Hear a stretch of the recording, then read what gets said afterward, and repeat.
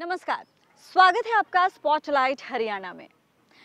Tokyo Olympic में हरियाणा के खिलाड़ियों ने कमाल किया है। 32 गए थे। एक तरह से हम कह सकते हैं कि ज़्यादातर खिलाड़ी, जो पूरी टीम गई थी उसमें से 32 खिलाड़ी अगर हरियाणा के हैं तो आप कह सकते हैं कि ज़्यादातर खिलाड़ी हरियाणा से थे। और उसमें भी ज़्यादातर जो कमाल किया है वो हरियाणा के खिलाड़ियों ने किया है।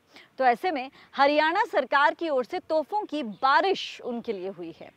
शुक्रवार को इन्हीं खिलाड़ियों का सम्मान समारोह था। सबसे पहले हम आपको ये खास खबर दिखाते हैं उस सम्मान समारोह के बारे में। देखिए।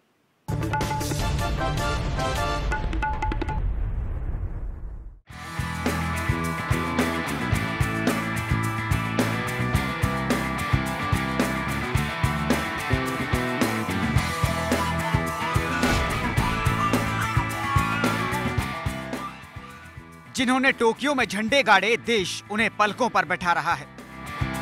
जिन्होंने दुनिया को भारत का दम दिखाया, हरियाणा उन्हें सलाम कर रहा है।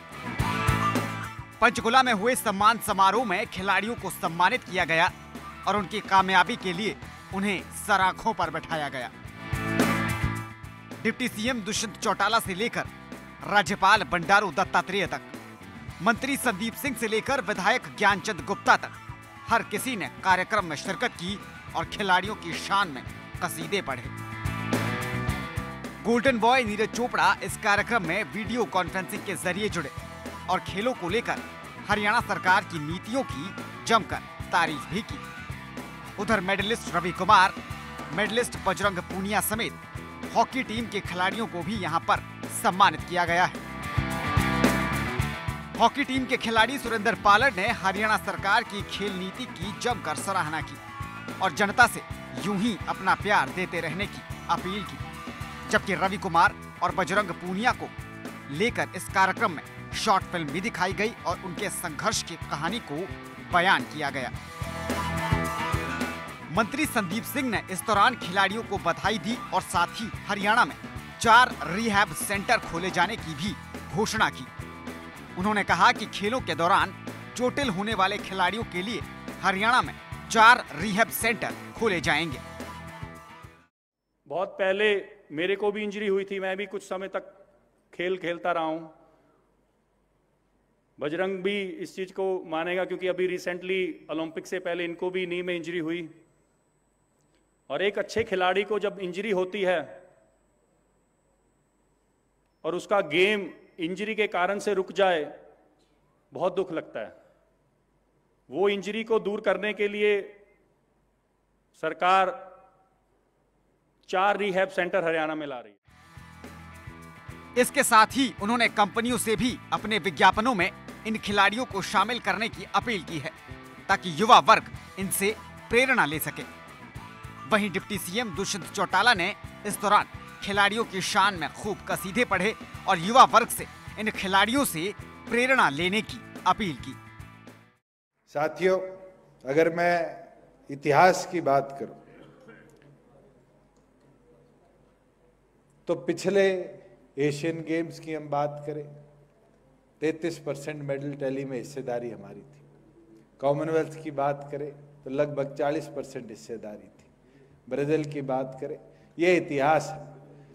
मगर दिन प्रतिदिन खेलों के अंदर जो हमारा इंप्रूवमेंट दिखा है, ये अपने आप में दर्शाता है कि 41 साल बाद हमारी इन महिलाओं ने हॉकी के मैदान के अंदर जाकर एक नया इतिहास रचने का काम।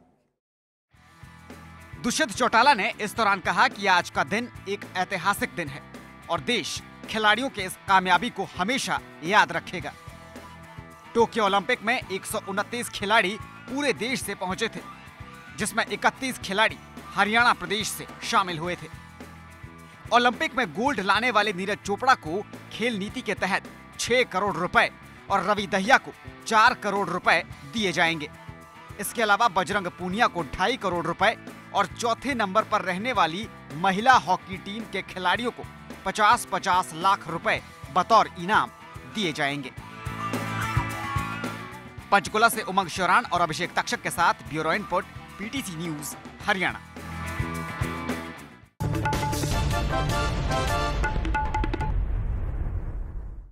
रुक रहे एक छोटे से ब्रेक के लिए। ब्रेक के उस पार हम आपको इन्हीं जो खिताबी खिलाड़ी हैं उनके साथ खास बातचीत दिखाएंगे। बने रहिए हमारे साथ।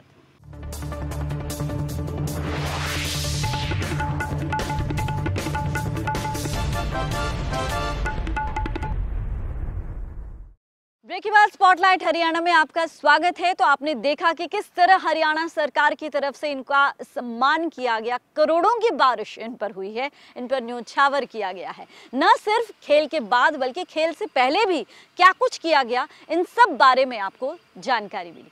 अब हम कुछ चुनिंदा ऐसे खिलाड़ी हैं जिन्होंने खिताब लाकर या प्राइज लाकर पूरे देश का नाम, हरियाणा का नाम पूरी दुनिया में रोशन किया है। इन खिलाड़ियों से पीटीसी न्यूज़ से खास बातचीत दिखाएंगे। सबसे पहले शुरुआत करते हैं बजरंग पुनिया और उनकी धर्म पत्नी जो खुद भी एक रेसलर हैं, संगीता फोगाट के साथ पीटीसी न्यूज़ की यह खास बातचीत देखिए।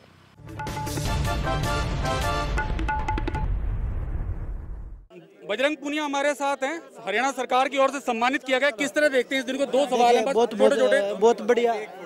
बढ़िया लग रहा है हरियाणा गवर्नमेंट का, और जो मैं धन्यवाद देता हूँ हरियाणा गवर्नमेंट को जो इन्होंने इतना अच्छा प्रोग्राम किया है। किसको क्रेडिट देंगे ये? देखिए सभी गवर्नमेंट में सभी अधिकारी हैं, मुख्यमंत्री है और हमारे खेल मंत्री जी हैं जो खुद खिलाड़ी रहे हैं, तो हर चीज़ को समझते हैं। इस बार का जो खेल था ओलंपिक में, कैसा अनुभव रहा? किस तरह देखते हैं पूरे खेल को आप? देखिए अब की बार हमने बहुत सारे मेडल गंवाए हैं जो बहुत नज़दीक जाके, तो वो भरपाई मुझे लगता है कि हम पेरिस में करेंगे। और हमने सबसे ज़्यादा मेडल जीते हैं, 7 मेडल जीते हैं जितने भी ओलंपिक हमने खेले हैं, तो वो हमारे लिए एक उपलब्धि से कम नहीं है। और आगे हम कोशिश करेंगे पेरिस में ये मेडल की संख्या 20-25 हो। बिल्कुल, संगीता भी हमारे साथ है। कैसे देखती हैं आप अपने हस्बैंड की उपलब्धि को? देखिए मुझे लगता है कि अभी वापस मतलब बहुत स्ट्रॉन्ग होके करेंगे और ज़रूर और पेरिस में मेडल लेके आएंगे, गोल्ड का रंग बदलेंगे, गोल्ड लेके आए सॉरी। बिल्कुल, अगली बार गोल्ड की जरूर उम्मीद रहेगी। तो जब प्रैक्टिस करते हैं तो किस तरह के जो टिप्स हैं आपके द्वारा भी इनको दिए जाते हैं? देखिए मैं तो ये बोलती हूँ कि क्योंकि मैं भी रेसलर हूँ, तो मोस्टली रेसलिंग की बात होती है। और यही है कि आगे जब हम कोई कंपटीशन खेलें तो उसमें एग्रेशन ज़्यादा होके खेलेंगे, ना कि डिफेंसिव। शुक्रिया। तो देखा आपने, ये हस्बैंड वाइफ पूनिया थे, बजरंग पूनिया, उनकी वाइफ संगीता फोगाट पूनिया भी थी। उन्होंने कहा अगला जो टारगेट है वो गोल्ड का रहेगा, और जो इनके अनुभव है आपस में ये साझा भी करते हैं, और जो है प्रैक्टिस में वो काम भी आते हैं। मैं Abhishek Takshak, PTC news, cameraman Dhananjay के साथ, पंचकुला।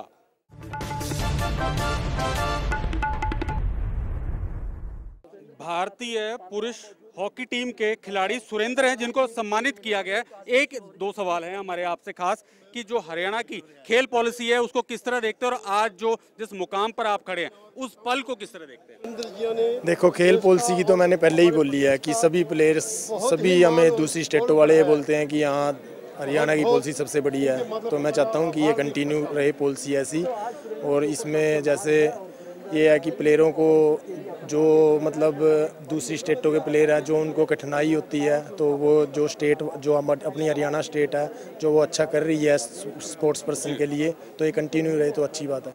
बिल्कुल, जिस मुकाम पर आज खड़े हैं उसका क्रेडिट आप किसको देना चाहते हैं, और जो मेडल जीत के लाए हैं वो किसको डेलीकेट करना चाहते हैं? देखो, ये मैंने अभी भी बोला है, ये मेडल हमारी टीम का नहीं है कि हॉकी टीम का है, पूरे देश का मेडल है। क्योंकि जब हम गए थे सभी की दुआएं थी, जितने भी एथलीट्स वहाँ पे गए थे तो सभी की दुआएं थी कि मेडल लेके आए। तो मैं मेडल अपने देश को डेडिकेट करना चाहता हूँ। तो हॉकी जो है उसी को क्यों चुना? क्योंकि जो अपने कई और भी इस तरह के खेल हैं जो हरियाणा सहित देश में खेले जाते हैं। देखो, जब छोटा होता है कोई तो उसको ये पता नहीं होता कि हाँ वो किस खेल में जा रहा है, तो एक टाइम आ जाता है। मेरे यार दोस्त खेलते थे हॉकी, तो मैंने उनको देख के हॉकी स्टार्ट की। और जैसे धनराज पिल्ले जी हैं और ध्यानचंद जी थे, तो उनका नाम हम सुनते ही थे, वो सभी को पता है, जो स्पोर्ट्स पर्सन भी नहीं है उनको ही पता है। तो इनके नाम से बस मैंने हॉकी स्टार्ट की कि मैं भी क्या पता ऐसा प्लेयर बन जाऊँ। इस मुकाम के बाद अगला कदम क्या रहने वाला है? अगला कदम यही है सर, अभी तो नेक्स्ट जो भी टूर्नामेंट्स होंगे उनके लिए सोचा है। बट टारगेट तो यही है कि 2024 में इस जो हमारा मेडल आया इसका कलर चेंज करें, गोल्ड मेडल लेके आएँ। बट अभी तो नेक्स्ट जो टूर्नामेंट आ रहा है पहले तो उसके बारे में सोचेंगे। शुक्रिया हमारे से बातचीत के लिए। तो ये थे पुरुष हॉकी भारतीय टीम के मेंबर सुरेंद्र, जिन्होंने कहा अगला जो टारगेट है वो ओलंपिक में जो मेडल का कलर चेंज करने का है, गोल्ड लाने का उनका लक्ष्य है। और जो हॉकी जो खेलने का है वो हॉकी से उनका प्यार रहा है, इस वजह से जो हॉकी गेम है उन्होंने चुनी है। तो मैं अभिषेक तक्षक, कैमरामैन धनंजय के साथ, पीटीसी न्यूज़, पंचकुला।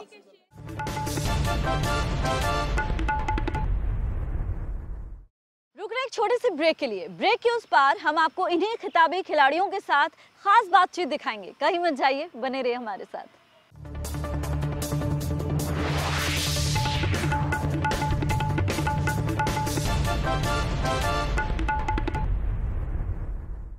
महिला हॉकी ने इस बार कमाल किया है। भले ही वो खिताब नहीं जीत पाए, लेकिन उनकी परफॉर्मेंस की चर्चा पूरे देश नहीं पूरी दुनिया में हो रही है। हालांकि इतना ही नहीं, उनकी जो अपोनेंट टीम थी उन्होंने भी इस टीम की तारीफ की है।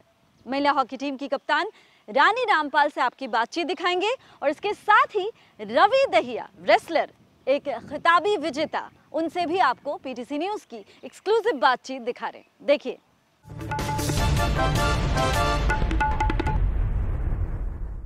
भारतीय महिला हॉकी क्रिकेट टीम ने इतिहास के पन्नों में अपना नाम दर्ज किया, देश का गौरव बढ़ाया। चौथे नंबर पर जो है टोक्यो ओलंपिक में भारतीय महिला हॉकी टीम रही।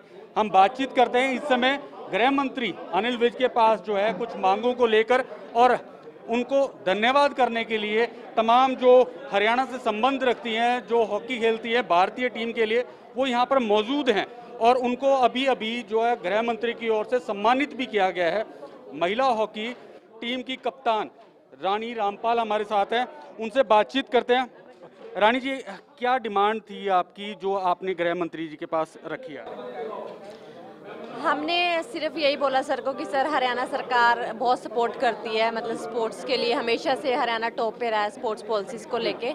एंड अभी हरियाणा को सभी स्टेट्स फॉलो करते हैं, तो हमें था कि सर ने जो हमें हरियाणा सरकार ने 50 लाख अनाउंस किए थे कि हमने हिस्टोरिक चीज़ की है कोई, और हमें हमारा कैश अवार्ड जो है वो बढ़ाया जाए, क्योंकि बाकी स्टेट्स भी सेम दे रहे हैं, तो हरियाणा हम टॉप पे देखना चाहते हैं। एंड कि हमारी जितनी भी लड़कियाँ हैं सबको प्लॉट दिया जाए।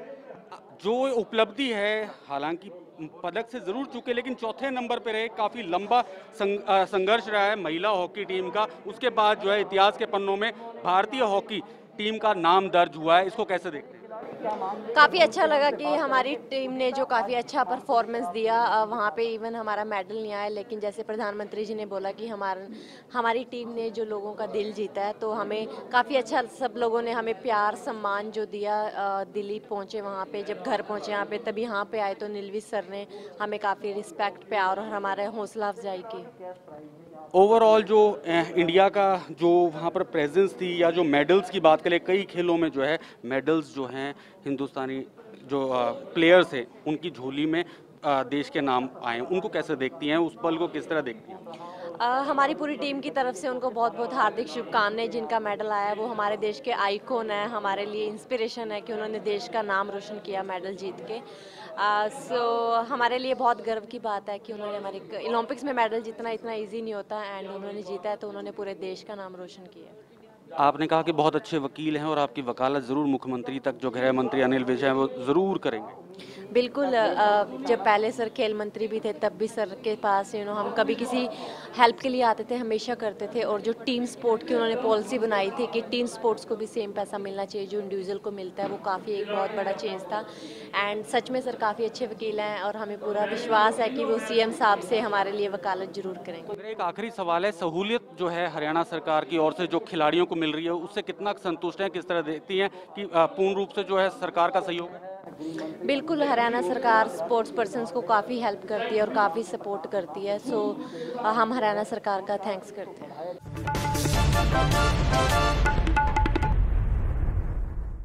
हमारे साथ रेसलर रवि दहिया हैं। सरकार की ओर से, हरियाणा सरकार की ओर से सम्मानित किया है। सिल्वर मेडल जो है रेसलिंग में ये देश के नाम जीत के आए हैं।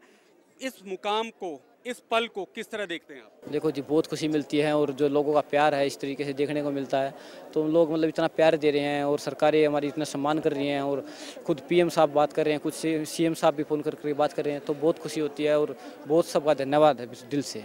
हरियाणा की जो खेल पॉलिसी है उसको किस तरह देखते हैं? क्या उसमें कुछ बदलाव या कुछ आप चाहते हैं कि ये सबसे बेहतर खेल नीति इसको कहा जा सकता है? देखो जी, बिल्कुल कह सकते हैं, इससे बेहतर खेल नीति पूरी देश में नहीं है, तो बहुत मतलब हमारी सरकार को देख देख के और भी सरकारें इसी पहल कर रही हैं, तो बहुत अच्छा काम कर रही है सरकार हमारी। सिल्वर मेडल आपने जीता, गोल्ड की तरफ आपकी नज़र थी, चूंकि ज़रूर क्या लगता है आपको कि अगली जो गेम होगी उसमें जो है गोल्ड जीत कर लाएंगे देश का नाम के लिए? बिल्कुल जी, हम कोशिश करेंगे देश के लिए, जहाँ भी टूर्नामेंट खेल रहे हैं हम, चाहे वर्ल्ड चैम्पियनशिप हो, एशियन गेम्स हो, कॉमनवेल्थ गेम्स हो या ओलंपिक गेम्स हो, तो हम देश के लिए गोल्ड जरूर जीते हैं। इस दौरान जो अब तक का आपका खेल का जो टाइम पीरियड रहा है उसमें किस तरह की चुनौतियों का आपको सामना करना पड़ा? देखो जी, एक खिलाड़ी हूँ और तो संघर्ष तो एक जैसा है इस चीज़ का, ही छोटी है मतलब, तो बस यही कह सकता हूँ कि मतलब छोटा सा था, बचपन से ही तो स्टार्ट की थी, तो वही से मतलब ये बताऊँ कि ये तो बहुत बड़ी बात हो जाएगी, मतलब कहाँ मतलब ये हुआ इंजरी बीच में, मतलब बहुत सारी चीज़ें करना पड़ता है, और अब मैं हर तरीके से मतलब मालिक ने सब मतलब बहुत अच्छा हो गया है, अब ठीक है सब कुछ। एक गेम में आपको एक प्लेयर ने काटा भी था, अभी तक उसका जो निशान है थोड़ा सा अभी दिख भी पा रहा है, तो इसकी वजह से कहीं आपको दिक्कत हुई गेम खेलने में? नहीं सर, ऐसी कोई बात नहीं थी, वो गेम खत्म होने के टाइम पे ऐसा था, और ऐसी कोई बात नहीं इसमें। अगला जो है लक्ष्य क्या रखा है, और ये जो सिल्वर मेडल है ये किसको डेलीगेट करेंगे? देखो जी, मैं ये अगला लक्ष्य यही है कि वर्ल्ड चैम्पियनशिप है और देश के लिए मतलब अब एशियन गेम्स अगले साल कॉमनवेल्थ गेम्स हैं, उसमें देश के लिए मतलब जितना उसके हम गोल्ड मेडल जीतें और देश का नाम रोशन करें, और सिल्वर मेडल ये पूरे देश को ही समर्पित है। बिल्कुल शुक्रिया हमारे साथ के लिए। तो ये थे रवि पूनिया जिन्होंने साफ तौर पर कहा कि सिल्वर मेडल इन्होंने जरूर जीता है, अगला जो लक्ष्य है वो गोल्ड का रहेगा। इनको इस गेम में एक जो है काटा भी गया था, लेकिन उन्होंने कहा इससे कोई फर्क नहीं पड़ता, और एक प्लेयर जो है उसका मुकाम जो है मेडल जीतना होता है। मैं अभिषेक तक्षक, कैमरामैन धनंजय के साथ, पीटीसी न्यूज, पंचकुला।